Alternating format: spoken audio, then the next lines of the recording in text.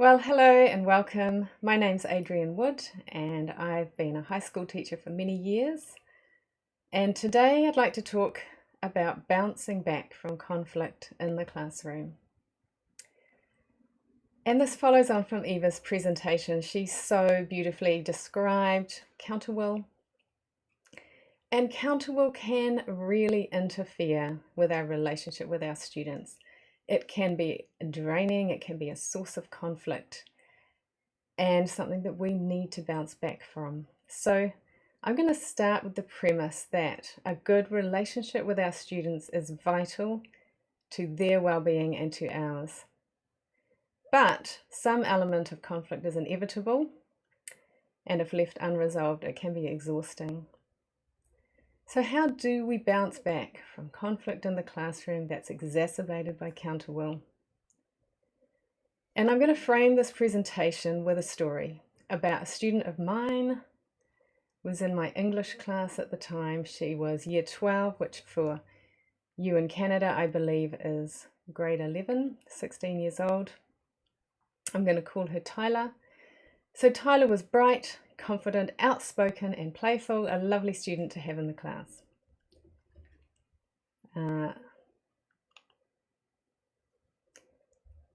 So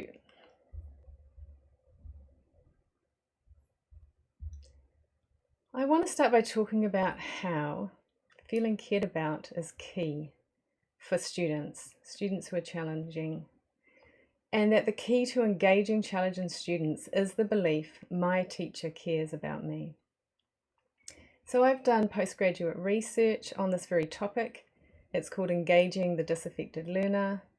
And I read paper after paper and research after research, which confirmed the one idea over and again, that a close connection with a caring adult protects young people from emotional harm, and in the classroom protects them from emotional and behavioural fallout.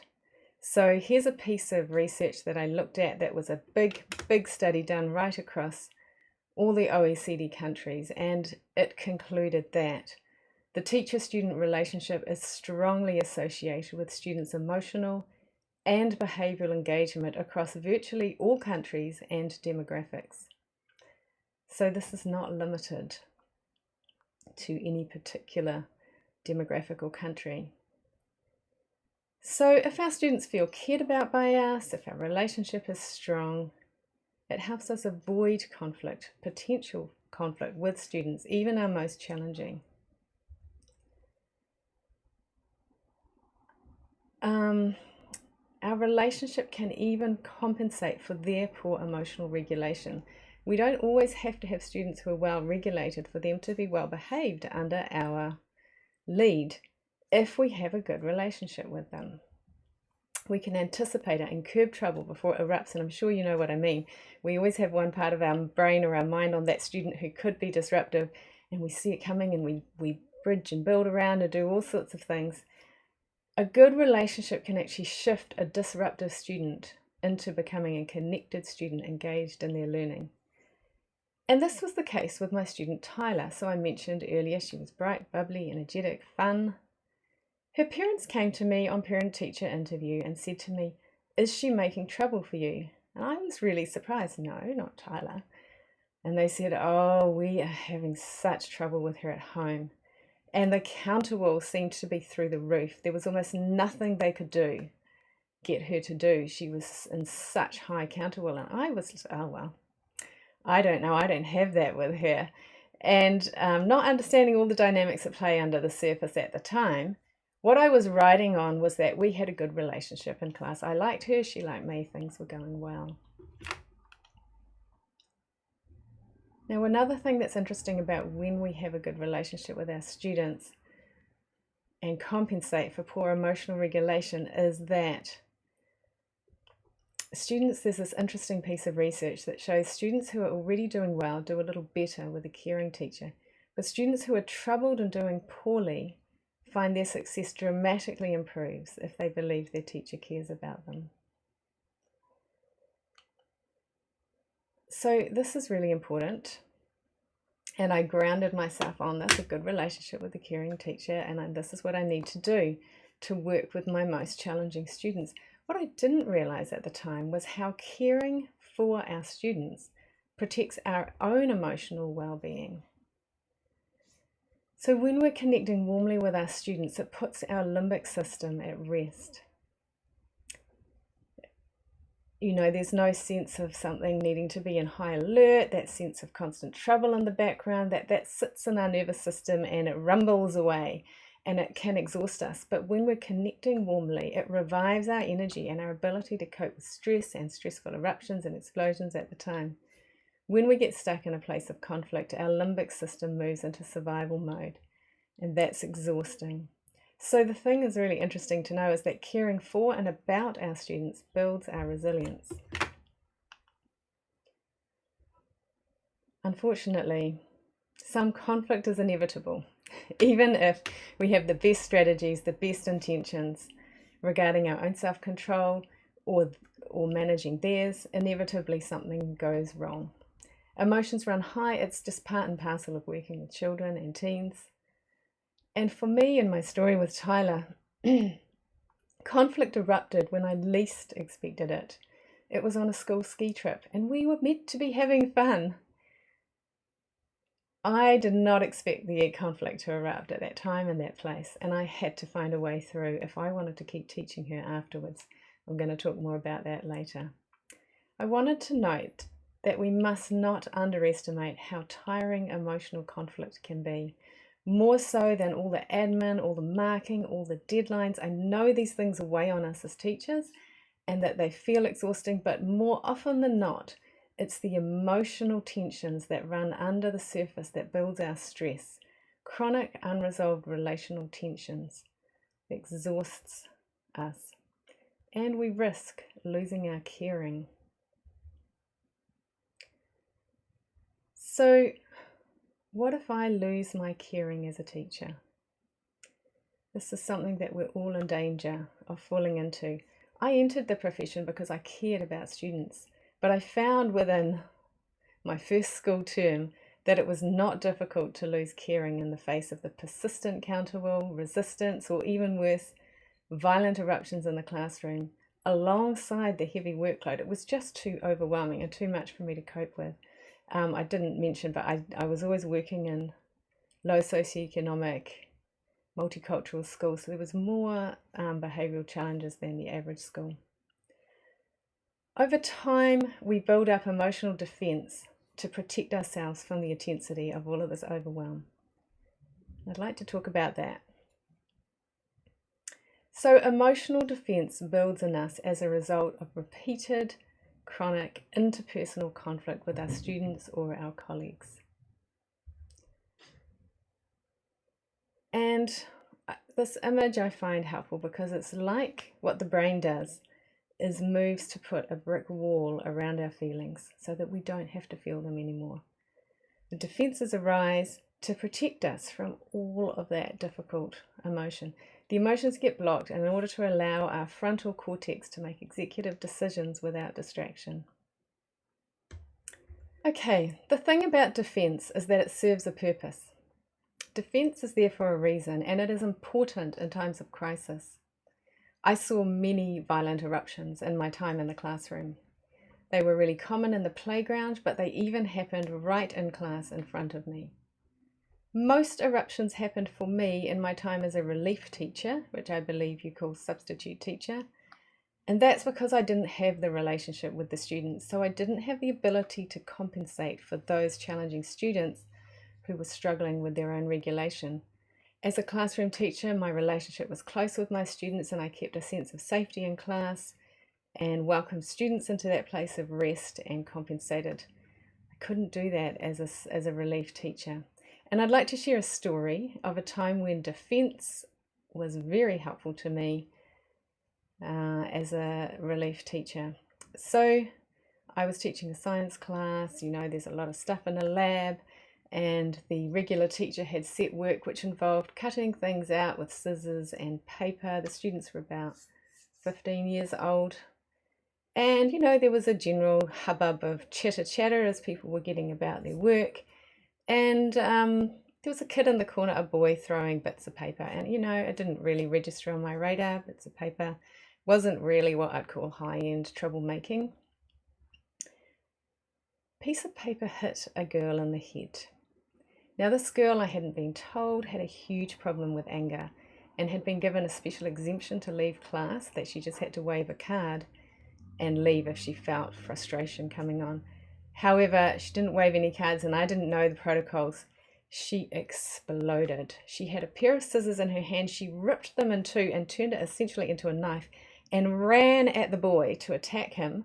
Luckily, her friends wrestled the knife off her, and she got this boy to the ground and started repeatedly punching him. Again, fortunately, her friends pulled her off him, and my defenses were well intact. They were well up. I didn't feel frustrated, angry, nervous, alarm. I didn't feel those emotions.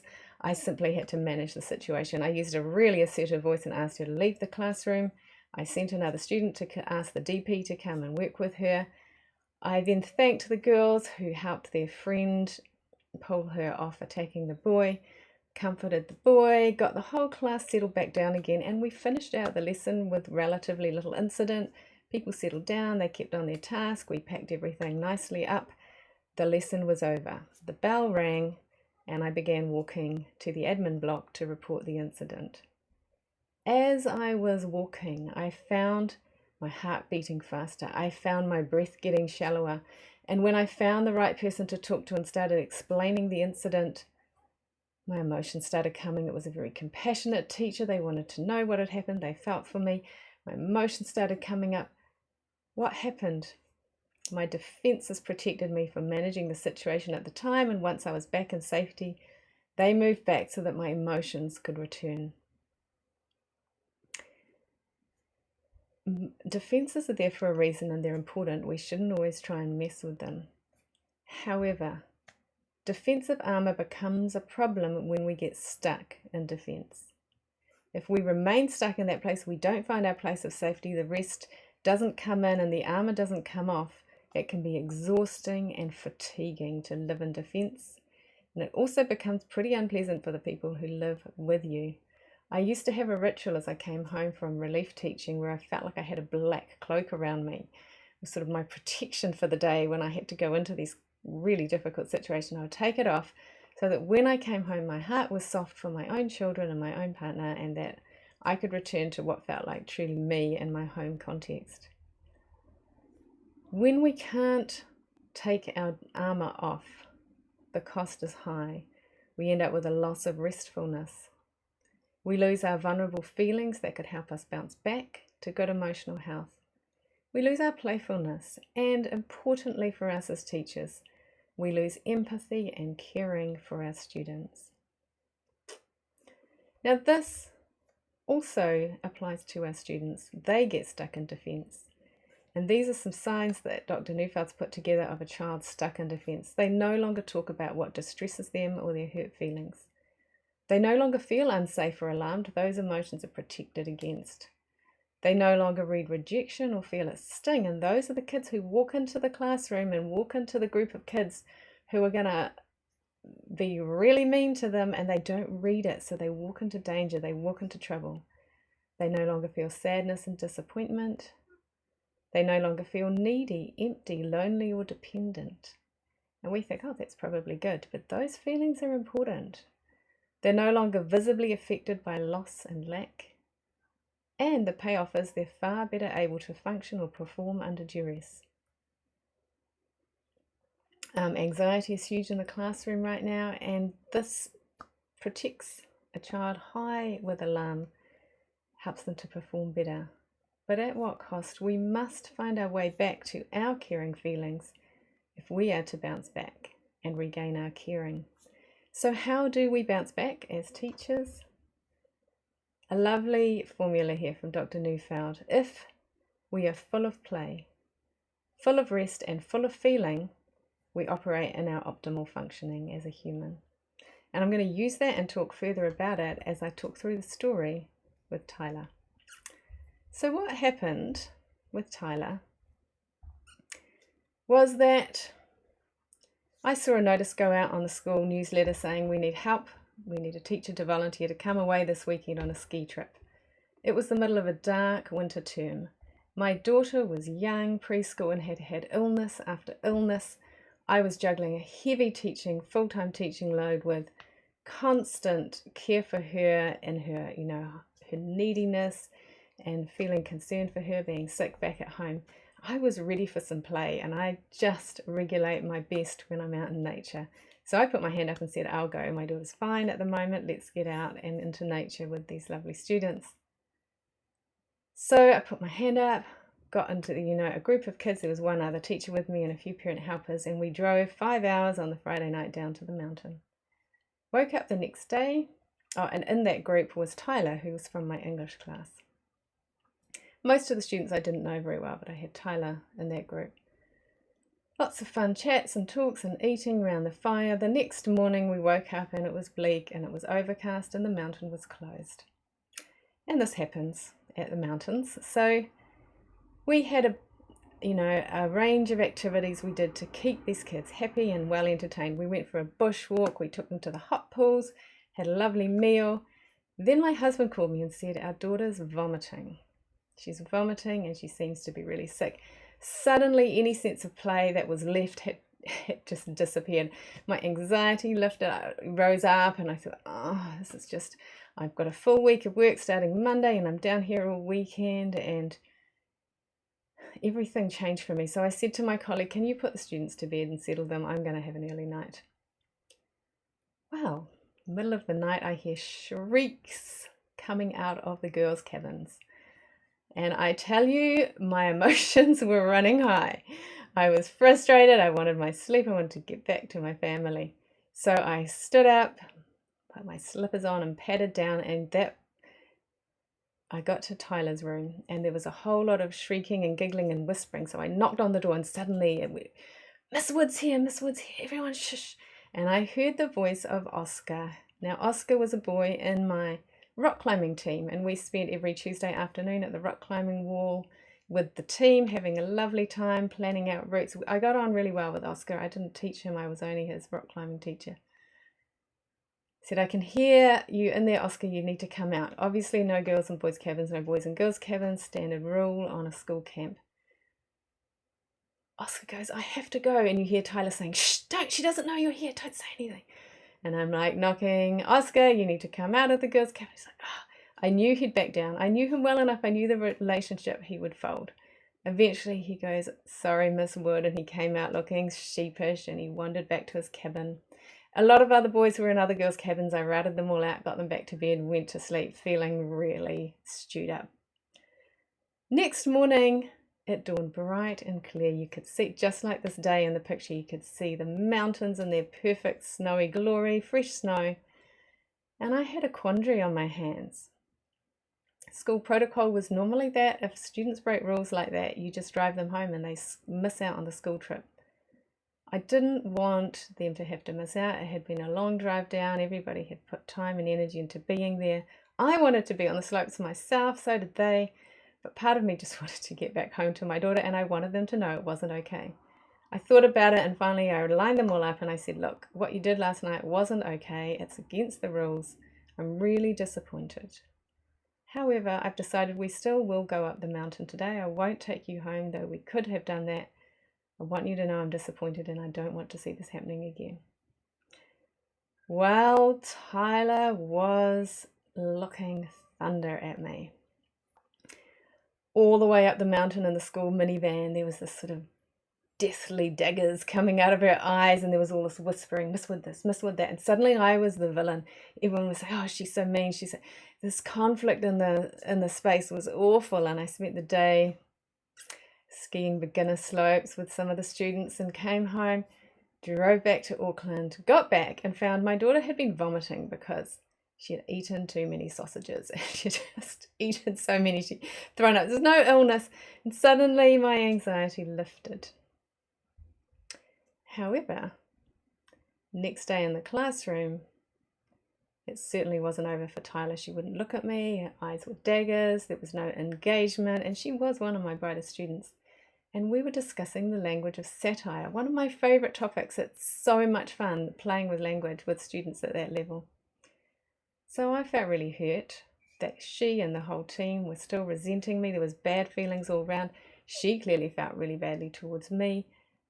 I thought, how am I supposed to teach this student in this mode? How do I bounce back?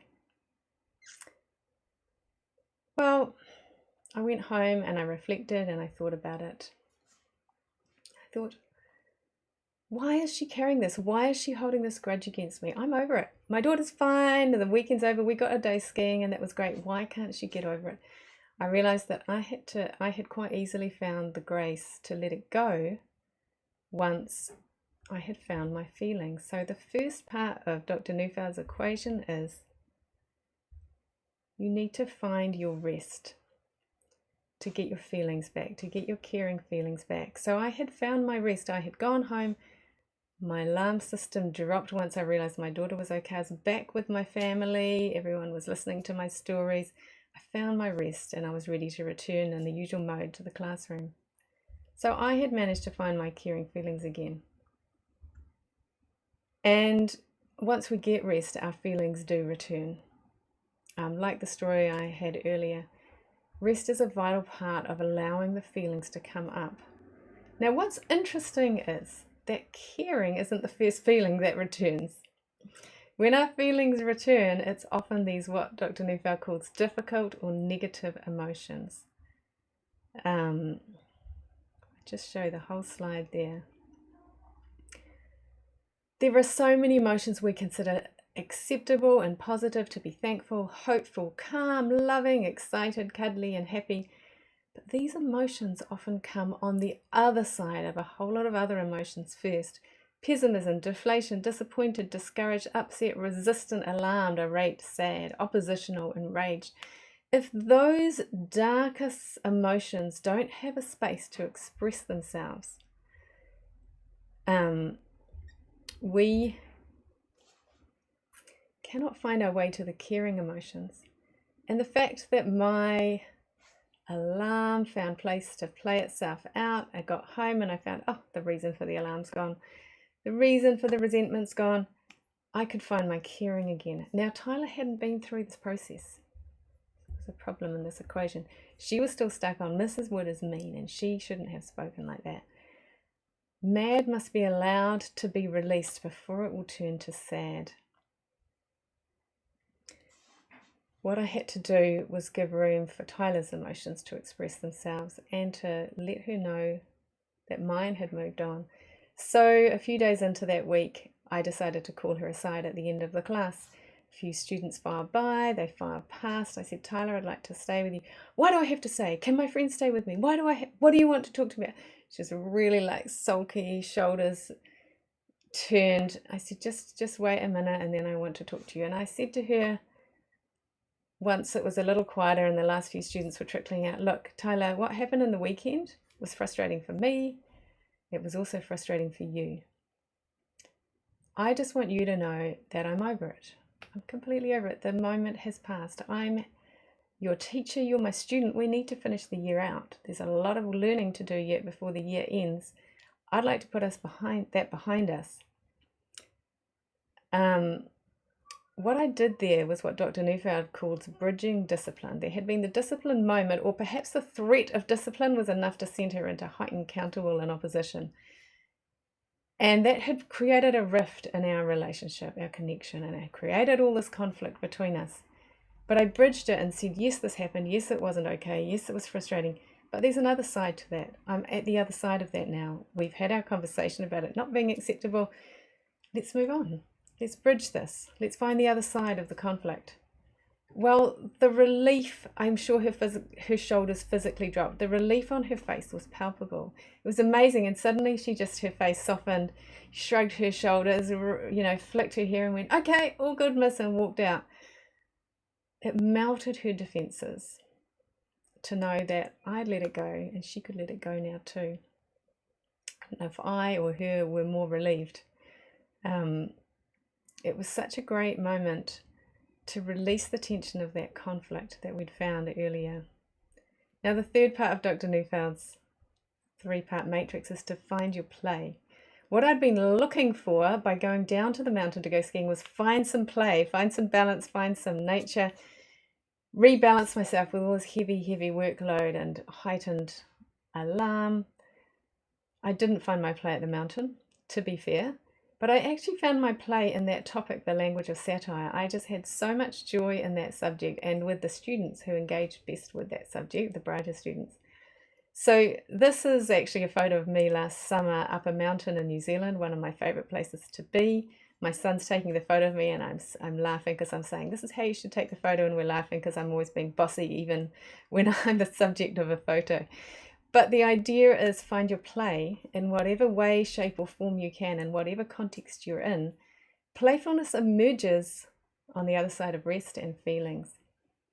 It doesn't have to be in that order, but for me, that's how it generally happens. Once I've gotten all of those feelings out the way, the play just comes. And the play is such a beautiful, bright and brilliant place to come from when you're engaging with students. They respond very well to play, and it's really good for our nervous system as well. So optimal functioning, full of play, full of rest, full of feeling. How to bounce back? Find these three places. So just to recap, a good relationship with our students is vital to their well-being and to ours. But some element of conflict is inevitable in the classroom, and if left unresolved can be exhausting. How do we bounce back? Don't get stuck in your defense. Make room for your emotions to find their release and find some rest and let the play emerge. That's all from me. I look forward to taking your questions shortly.